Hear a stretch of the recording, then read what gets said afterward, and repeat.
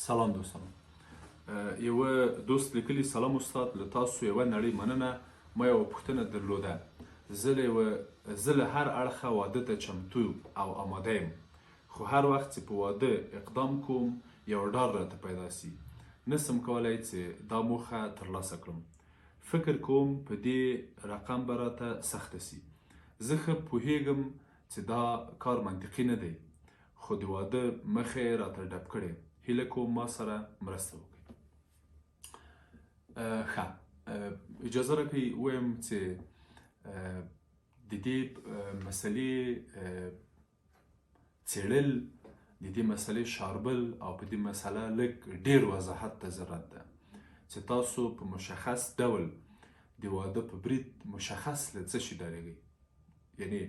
یعنې له دې ډارېږئ چې د واده ورځ به څنګه تېره سي، محفل به څه ډول وي، یو د واده پیسې به څنګه پیدا کړئ.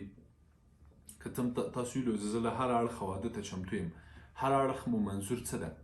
له اقتصادي اړخه چمتو یې، سن و سال مو مناسب ده،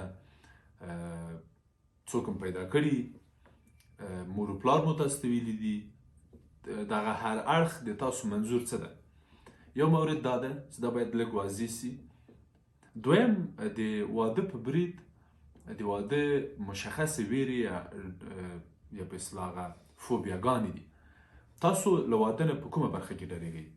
یعنې تشویش مو څه ده؟ بیا هم وایم، د واده له مصارفو ډارېږئ، د واده له ورځې ډارېږئ چې په ورځ کې به بیا تاسو زوم یې او ټول خلک به تاسو ته ګوري، د تاسو په غاړه کې به ګلان دراشي، تاسو ته به عکسونه به واخلي. له دغه وضعیته ډارېږئ. د واده له شپې ډارېږئ چې تاسو به څه ډول جنسي اړیکه نیسئ. له حمل اخیستلو نه ویرېږئ. وروسته له واده د مسؤلیتونو له اخیستلو ویرېږئ. وروسته له واده د ځینو محدودیتونو وضع کولو نه ډارېږئ. څه تاسو ویرېږئ؟ دا مسایل لږ باید وضاحت ورکړل سي. بیا موږ د همغه وضاحت له مخې کولی سو تاسو سره خبرې وکړو چې ښه د کار په مسله دا مشکل وکړه، دا داسې حل کړه، د حمل یا د واده د شپې په برید دغه کارونه وکړه او همداسې مخته ځه. اما په هر صورت هغه متن چې تاسو موږ ته رالیږلی ده، د همغه متن له مخې زه ځینې مسلې غواړم تاسو سره شریکې کړم د لارښوونې یا د مشورې په حیث. اول مورد چې غواړم تاسو سره شریک کړم هغه د ګاموفوبیا مسله ده. ګاموفوبیا یا له واده ویره دا په ارواپوهنه کې یو مشخصه ویره ده چې د تاریخ په اوږدو کې ګڼو نجونو او ګڼو هلکانو لرله. اوس یې هم ځینې نجونې او هلکان لري او لاسو پنجه دي ورسره، لاسو ګریوان دي ورسره.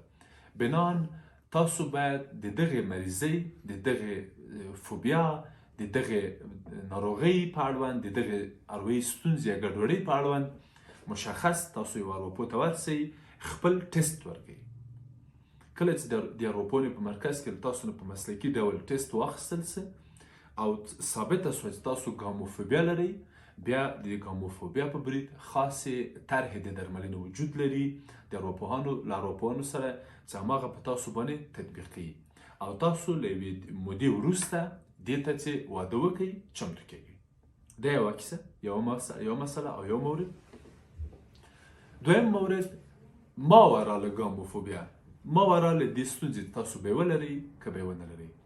د وسواس، اضطراب او مسؤلیت مسله همچنان نقش او ونډه لري.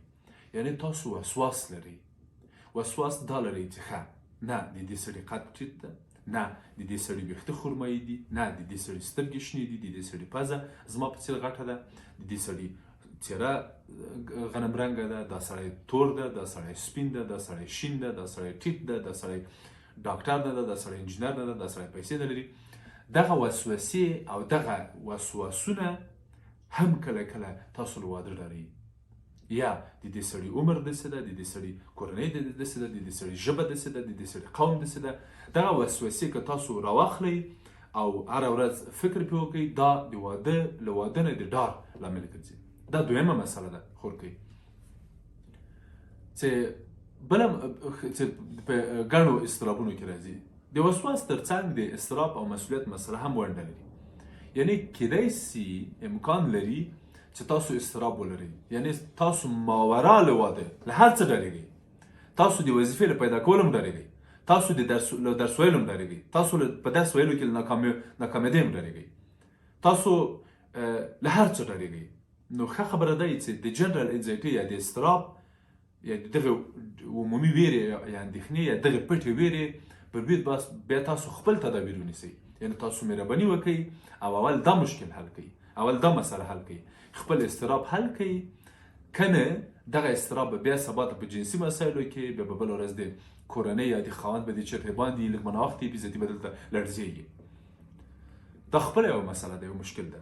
نو زما باور دا ده، زه غواړم دا ووایم چې که غواړئ چې له واده نه ویره لرې کړئ، دا مثلا باید تشخیص شي تاسو وسواس یا اضطراب لرئ که نه لرئ. بله د مسؤلیت مسله ده. که تاسو له مسؤلیته ویرېږئ چې خوښې به څنګه کېږي، کالي به څنګه مینځمه، پخلی به څنګه کومه، اتو به څنګه کومه، بچي به څنګه روزمه، وظیفه او بچي به څنګه کومه، د میړه پالنه به څنګه کومه، او ورته نور مسایل چې حداقل په افغاني فرهنګ کې شته، که تاسو له افغانستانه پیغام رالېږلی او که په کوم بل هېواد کې له افغانستانه بهر ژوند کوي، هلته د نارینه او د ښځینه ژوند ګډ ده او خوا په خوا مخ ته ځي، هغه بیا فرق کوي. دریم مورد د کورنۍ مسله ده. اجازه راکړه ووایم چې ځینې فکري منفي فکرونه او قضاوتونه دي. تاسو فکر کوئ چې دغه واده چې اوس مخکې ده یا دغه انتخاب یا ټاکنه مو چې په مخکې ده، دا تاسو ته مناسبه نه ده، دا د تاسو ته ښه نه ده. دا مثلا د ستونزو لامل ګرځي، یعنی دا هم په یو ډول یو مشکل ده. یعنی کله چې تاسو راځئ او ځینې منفي فکرونه لرئ، ځینې قضاوتونه کوئ له ځانه له ګېډې، او تاسو ویرئ یا مو ډارئ، دا مشکل هم باید حل کړئ. یعنی خپل افکار باید مثبت کړئ. تاسو باید په دې باور ولرئ چې هغه پوره معیارونه چې 100% کې تاسو ته یو څوک پیدا سي، هغه کیدای سي پیدا نه سي. یا که تاسو اوس په ښو انسانانو قضاوت کوئ، د هغوی کارونه، د هغوی کړنې، د هغوی شخصیت، د هغوی ژوند، د هغوی کرکټر، د هغوی عادتونه ننګوئ یا قضاوت پرې کوئ، دا کیدای سي بیا ستاسو ستونزې. څلورمه مثلا ستاسو د کورنۍ بیکګراوند ده. تاسو په څه ډول یوه کورنۍ کې لوی سوي یئ؟ آیا داسې خو نه ده چې د مور و پلار اړیکه دې لیدلې ده او اوس له واده ډارېږي؟ داسې خو به نه وي چې د مشرې خور چې واده یې سوی او اوس له خاوند سره اړیکه ښه نه ده، ژوند ښه نه ده او د طلاق په پوله ولاړ دي، هغه تاسو ته در پیادېږي چې له واده ویرېږئ یا ډارېږئ. او یا هم کیدای شي کومه بله مسله وي، یا هم کیدای شي سریالونه او فلمونه لیدلي. اوس خو افغانان ډېر سریالونه ګوري. د افغانانو ژوند اوس ډېر له سریالونو نه متاثره ده متاسفانه، او هغه ډېر خیالي شیان دي، خیالي کیسې دي، خیالي موارد دي، له واقعي ژوند سره ډېر زیات توپیر کوي. کله زموږ له کلتور او فرهنګ سره ډېر توپیر او فرق کوي. بنان که تاسو دغسې یو بیکګراوند ولرئ، د خپل مور و پلار، د خپل خور او خاوند، د خپل ورور او میرمنې ژوند، یا مو د کاکا ماما نورې کیسې لیدلي، کومه خورلڼه مو واده سوي او هغې تاسو ډارولې چې مه کوه واده ښه نه وي، دا د هغه ده. یا هم کوم کیدای شي کوم ناول لوستی، کومه کیسه یا داستان مو لوستی، دا هم په یو ډول د ویرې لامل ګرځي چې دا هم باید په نظر کې ونیسئ. پنځم مورد د پر نفس اعتماد او جنسي اړیکې دي. وخت تا وخت که موږ پر نفس اعتماد ونه لرو چې زه به څنګه وکړم چې جنسي اړیکې ونیسم. مثلا ډېری خویندې چې زموږ حداقل موږ په مرکز کې تجربه لرو، دوی ډېرې په دې ویرېږي چې زه به څنګه کوم چې جنسي اړیکې ونیسم، دا به ډېر سخت کاري، دلته به ډېر دردونه وي، وینه به وي، غټې یې فاجعه‌میزې کوي. په دغه برید هم زه غواړم درته ووایم چې دا چې په نړۍ کې 7 میلیارد انسانان ژوند کوي او نیمه یې هم ښځې در واخله، په ښځو کې نیمه داسې در واخله چې جنسي اړیکې په ژوند کې لري. نو دوی څه وکولی شول؟ جنسي اړیکې ولري. تاسو هم کولی شئ، تشویش او اندېښنه مه کوئ او پر نفس اعتماد مو باور مو ډېر کوي، تاسو کولی شئ ژوند وکړئ. بله مسله دا ده چې تاسو هدف څه ده، نورې موخې هم څه دي.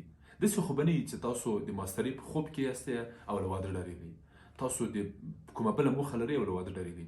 دغه موضوعات په نظر کې وساته، خور کوي ډار به دې لرې سي. او هغه موارد چې ما تاسو ته وړاندیز کړل چې د حل په برخه کې اقدام وکړئ، هغه هم در سره وڅېړه، حل یې کړه، مشکل به دې حل سي. بیا هم که کومه مسله به موږ سره په کامنټ کې شریکه کړه. تاسو هم دوستانو که په د واده په اړوند یا په نورو برخو کې ویره لرئ، حتما له موږ سره شریک کړئ. موږ به پر روانو خپرونو کې بحث به وکړو. مننه.